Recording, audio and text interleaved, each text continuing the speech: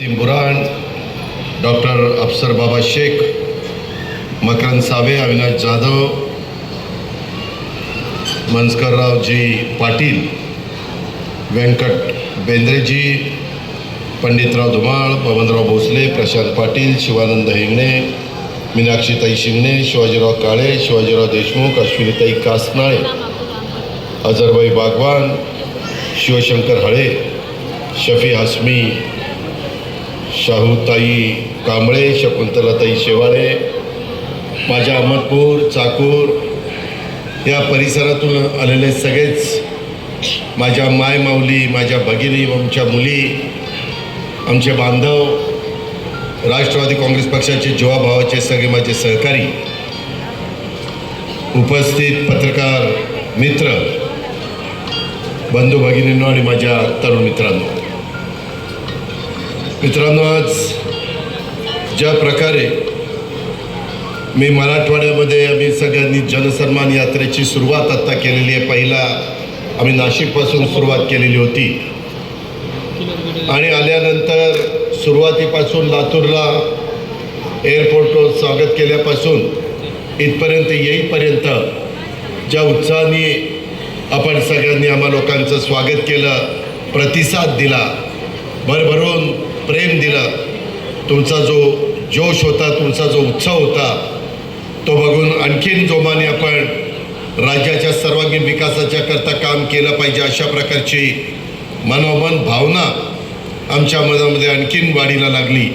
त्याबद्दल मी आपल्या सगळ्यांना मनापासून धन्यवाद देतो, आपल्या सगळ्यांचे मनापासून आभार मानतो. मी या ठिकाणी मोठ्या संख्येने असलेल्या स्त्री शक्तीला पण अभिवादन करतो. खरं तर सगळ्या महिला इथं बसू शकल्या नाही म्हणून मला आता बाबासाहेबांनी शेजारच्या हॉलमध्ये पण नेलेलं होतं. तिथंही महिला स्क्रीनवर ते त्या ठिकाणी बघतायत आणि थोडीशी पावसाची परिस्थिती आहे म्हणून आपण हॉलमध्ये कार्यक्रम घ्यायचा प्रयत्न केलेला आहे. प्रास्ताविकामध्ये साधारण पार्श्वभूमी बाबासाहेबांनी आपल्याला सगळ्यांना सांगितली.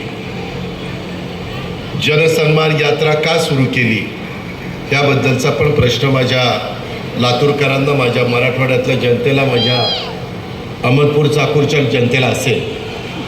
आम्ही विक्रम काळे, सुनील तटकरे, बाबासाहेब पाटील, आम्ही सगळे जनसेवक आहोत. जनतेचं सेवा करणं हे आमचं काम आहे आणि जनतेने त्याच्याकरता आम्हाला निवडून दिलेलं आहे. म्हणून जनतेचा करता आम्ही जनसन्मान, जनतेचा सन्मान करण्याच्या करता ही यात्रा आम्ही सुरू केलेली आहे. बाबासाहेबांनी सुरुवातीला साधारण यत्नाचा अर्थसंकल्प सादर करत असताना अर्थमंत्री म्हणून काय योजना मी राज्याच्या करता दिल्यात, महायुतीच्या माध्यमातून दिल्यात, मुख्यमंत्री, उपमुख्यमंत्री, मंत्रिमंडळातील सगळ्या सहकाऱ्यांना विश्वासामध्ये घेऊन दिल्यात, ह्या त्यांनी सांगण्याचा प्रयत्न केला. आम्ही अनेक वर्ष समाजकारण, राजकारण करणारे कार्यकर्ते आहोत. आम्ही काम करत असताना कधी जातीचा, पातीचा, नात्याचा, गोत्याचा विचार करत नाही. जसं हिंदवी स्वराज्याची स्थापना करत असताना युगपुरुष छत्रपती शिवाजी महाराजांनी 18 पगड जातीला बरोबर घेऊन त्या हिंदवी स्वराज्य स्थापन केलं, तो इतिहास आपल्या सगळ्यांच्या समोर आहे. शाहू फुले आंबेडकरांच्या विचारधारेने आम्ही राष्ट्रवादी काँग्रेस पक्षाचे सहकारी पुढं चाललेलो. आम्ही सेक्युलर विचारधारा आम्हा लोकांची आहे आणि ह्याच्यामध्ये काम करत असताना कुणावरही अन्याय होऊ नये, कुणालाही नाहक त्रास होऊ नये, कुणालाही त्याच्यामध्ये कुठं अशा मनामध्ये भीती वाटू नये की हे आमचा कुणाचा विचार करतायत का नाही. हे सर्वसामान्यांचं सरकार आहे, हे गोरगरिबांचं सरकार आहे. आज देखील तुमच्याकडं ज्या योजना आम्ही आणल्या, आज एवढ्या मोठ्या प्रमाणावर माझ्या माय माऊली इथं उपस्थित आहेत. मी राज्यामध्ये फिरतो, आम्ही सगळेच जण फिरतो, त्यावेळेस एवढा प्रचंड प्रतिसाद महिलांचा आम्हाला बघायला मिळतो. कधी अनेक निवडणुका मी बघितल्या परंतु एवढा प्रचंड प्रतिसाद महिलांचा मला बघायला मिळाला नाही. आम्ही एक ठरवलं की समाजामध्ये आज देखील गरीब वर्ग आहे, आपण काम करायचं ते मगाशी बाबासाहेबांनी सांगितलं तसं विकासाच्या करता करायचं. आपण काम करायचं ते गरिबीमधनं गरिबीमधनं बांधवांना भगिनींना बाहेर काढण्याच्या करता, त्यांची आर्थिक परिस्थिती चांगली करण्याकरता करायचं. त्यांनाही वाटलं पाहिजे, त्यांनाही मान सन्मान मिळाला पाहिजे, प्रतिष्ठा मिळाली पाहिजे, हे आमचाही विचार करतायत. आणि म्हणून अर्थसंकल्प सादर करत असताना 2.5 लाखाची अट लावली. 2.5 लाखाच्या आतमध्ये ज्या कुटुंबांचं उत्पन्न आहे अशा घरातल्या महिलेला, तिचं वर्ष साधारण 21 ते 65 ह्या वयोगटातली महिला, तिला 1,500 रुपये महिना आपण एक सबल महिला करण्याच्या करता, सक्षम महिला करण्याच्या करता, तिलाही काही वाटतं की मी पण माझ्याकरता काही केलं पाहिजे, परंतु प्रपंचाचा भार पेलवत असताना, उचलत असताना ती स्वतःच्या इच्छेला मुरड घालती. तिच्या मनात आलं तर ती घेत नाही आणि म्हणते नको, माझ्या कच्च्या बच्चांना आपण घेऊ, माझ्या नवऱ्याच्या करता आपण करू.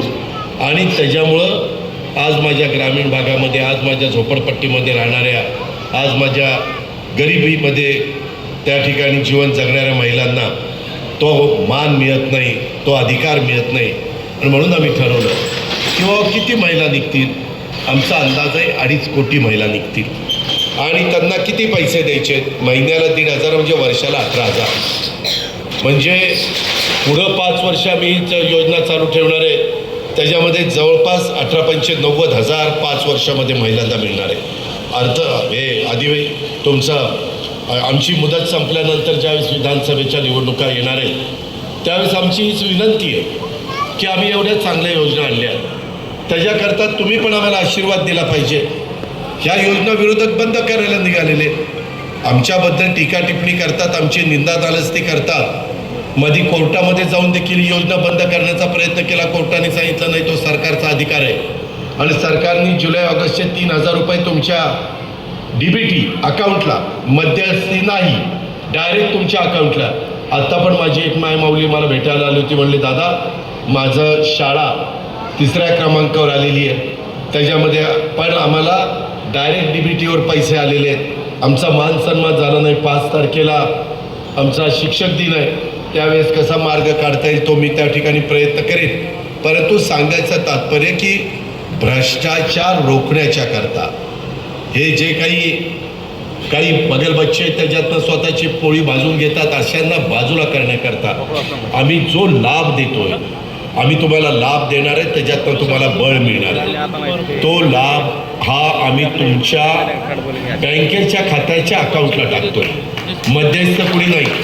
उद्या कुणाला सांगितलं की हे पैसे नेऊन दे, किती 3,000 रुपये देताना म्हणाल काही आहे का नाही चहा पाण्याकरता, काही माझे बक्षिशी आहे का नाही? इथं बक्षिशी नाही, काही नाही, डायरेक्ट तुमच्या अकाउंटला. हेच नाही, काही कशा करता केलं की मला माहिती आहे, माझी भगिनी माझी मायमाऊली खुरपणीला जाते त्यावेळेस काय तिची अवस्था असते, मोलमजुरी करते त्यावेळेस काय तिची अवस्था असते, कचरा गोळा करते शहरं भागा, काचा गोळा करते, झाडू पोतना करते, धुणं भांडी करते, काही ठिकाणी स्वयंपाक जाऊन एकेका दिवसाला 4-4, 5-5 ठिकाणचा स्वयंपाक करून ती माझी भगिनी पुढे जाते. एवढं सकाळी उठल्यापासून राबत असते. एक तर उठल्यावर सगळं घरचं बघायचं, मुलाबाळांचं शाळेमध्ये जायचं, डबा बिबा, नवरा नोकरीला असेल तर त्याचं बघायचं, हे सगळं करून पुन्हा हे बाकीचं सगळं बघायचं, पुन्हा संध्याकाळी बाकीच्या घरी येतात. म्हणजे 24 तासातली माझी भगिनी माझी मायमाऊली ही 20-20 तास 18-18 तास काम करत असते. त्याचा विचार कोणी केलाय का नाही?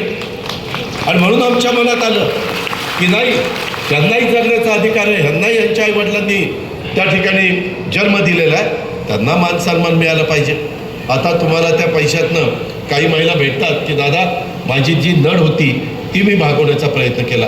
आता नवऱ्याला विचारायचं कारण नाही, हे पैसे तुमचे आहेत, त्याला म्हणून तुमच्या पैशाच्या करता मी हिशोब देईन, ह्या माझ्या पैशाच्या करता बोलायचं नाही. माझ्या भावांनी मला रक्षाबंधनाची ओवाळणी टाकलेली आहे, तो माझा अधिकार. बेलाशक सांगा, आता दिवाळी येईल, पुढं दिवाळीला म्हणा भाऊ म्हणजे आमच्या भावांनी टाकलेली आहे, ती ओवाळणी आमची आहे.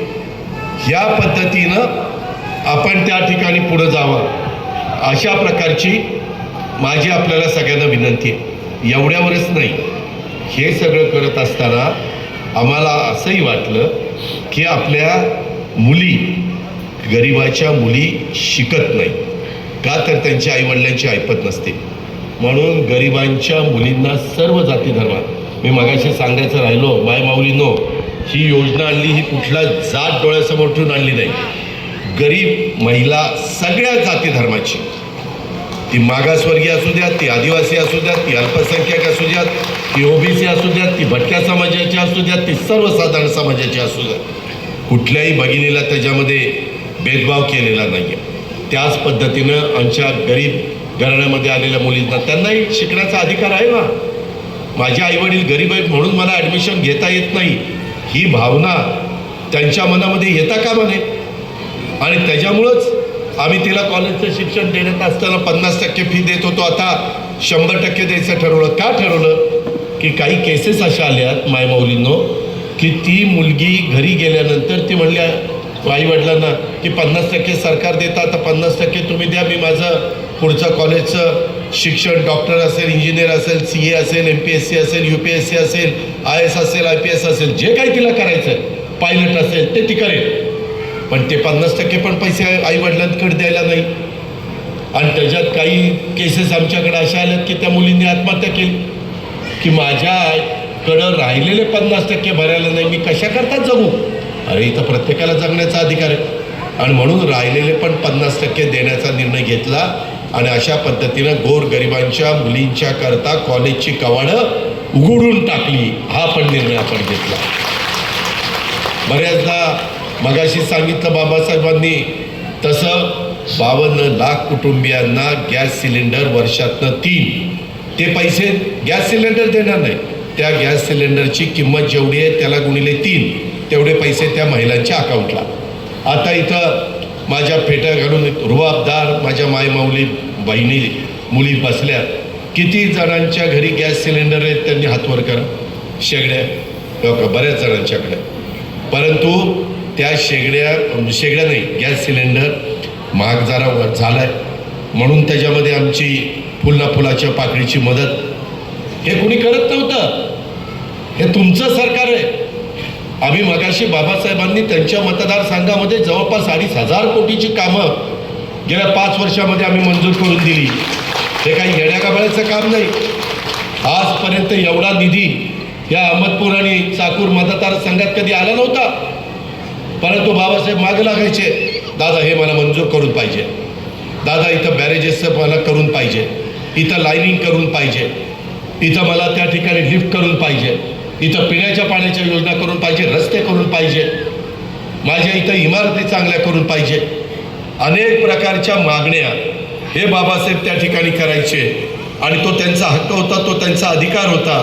आणि त्याच्यातनं तो हक्क आणि तो अधिकार, मग तुमच्या इथं सांगवी, उजना, सुमठाणा, अंधोरी, किनगाव ते कारेपूर रस्ता 350 कोटी रुपयाचा, शेळगाव ते किन्नी यल्लादेवी रस्ता रुंदीकरण 100 कोटी, सार्वजनिक बांधकामाचे रस्ते 255 कोटी, मुख्यमंत्री ग्राम सडक योजना 260 कोटी,